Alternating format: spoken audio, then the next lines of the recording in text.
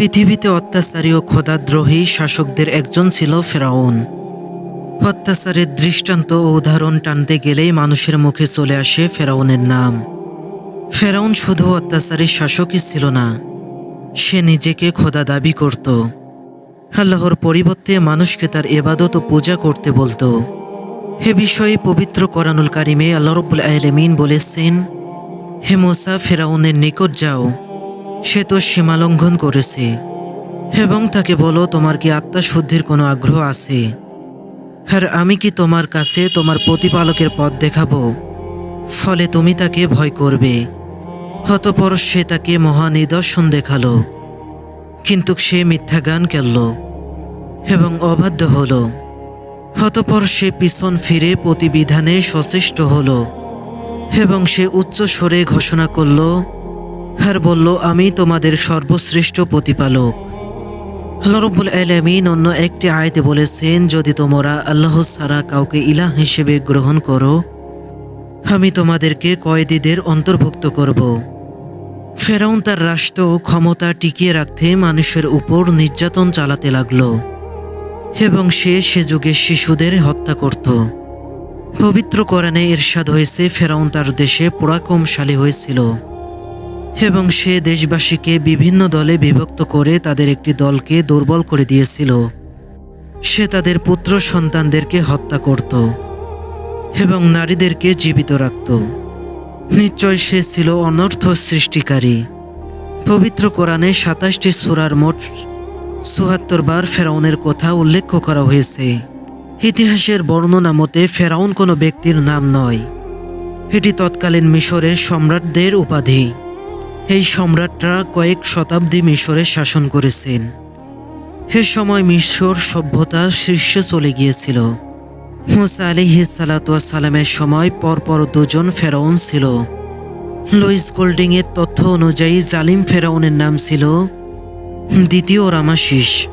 হযরত মূসা আলাইহিস সালাতু ওয়াস সালামের যুগে মিশরের বাদশা ফেরাউন ভীষণ অত্যাচারী ছিল। তার উজির হিসেবে নিযুক্ত ছিল হামান নামক এক ব্যক্তি। এই হামান ফেরাউনের দুনিয়ার বাদশা হবার স্বপ্ন দেখাতে লাগলো। হামানের পরামর্শ মতো ফেরাউনের পাঠশালা ও মক্তব রাজ্য হিসেবে উঠিয়ে দেয়ার দেশময় প্রচার করে দিলেন। সে বলল, কেউ আর লেখাপড়া শিখতে পারবে না, রাজার আদেশ অমান্য করলে তাকে হত্যা করা হবে। প্রজারা ফেরাউনের আদেশ মতো চলতে লাগলো। এক সময় আল্লাহ তাআলা মূসা আলাইহিস সালাতু ওয়াস সালামের উপর ওহী নাজিল করলেন এবং পথভ্রষ্ট মানুষকে সত্য ধর্মে ফিরিয়ে আনার দায়িত্ব দিলেন।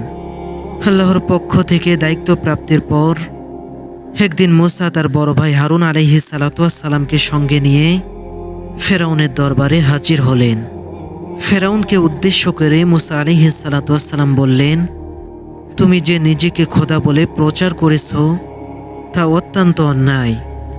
সর্বশক্তিমান আল্লাহ ছাড়া আর কেউ মানবের উপাস্য নয়, আর আমি আল্লাহর প্রেরিত পয়গম্বর।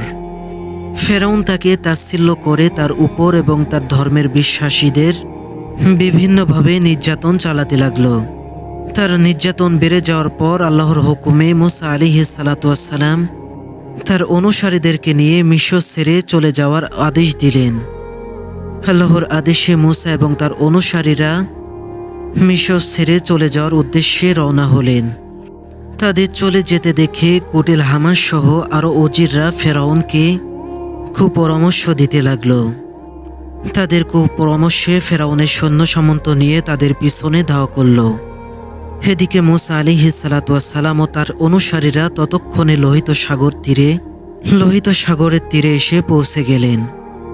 এমন সময় তারা পিছনে তাকিয়ে দেখতে পেলেন ফেরাউনের অগণিত সৈন্য তাদের ধাওয়ার জন্য এগিয়ে আসছে। তাদের পেছনে এই বিপদ, সামনে লোহিত সাগর। এদিকে তারা ভয়ে কাঁপতে লাগলেন। এমন সময় মহান আল্লাহ তাআলা মূসা আলাইহিস সালাতু ওয়াস সালামকে আদেশ করলেন, হে মূসা, তোমার লাঠি দিয়ে সমুদ্রের ওপর আঘাত করো। মূসা আলাইহিস সালাতু ওয়াস সালাম মহান আল্লাহর নির্দেশ মতো তাই করলেন। বিশাল সাগর দুই ভাগে ভাগ হয়ে গেল এবং ভাগ হয়ে দেয়ালের মতো দুই পাশে দাঁড়িয়ে রইল। সেই পথ দিয়ে মূসা আলাইহিস সালাতু ওয়াস সালাম এবং তার অনুসারীরা নিরাপদে ওপারে পৌঁছে গেলেন। তখনও সাগরের সে রাস্তা সেভাবেই রয়ে গেল। ফেরাউন ও তার লোকজন সৈন্যসমূহ সহ ওপারে এসে থামল। সে দেখল সাগরের মাঝে একটি আশ্চর্য রাস্তা তৈরি হয়েছে। সে মুসা আলাইহিস সালাম ও তার লোকজনদেরকে ওপারে পার হতে দেখল। সে মুসা আলাইহিস সালাম ও তার অনুসারীদেরকে আক্রমণ করতে তার বাহিনী নিয়ে লোহিত সাগরে সে রাস্তা নেমে পড়ল।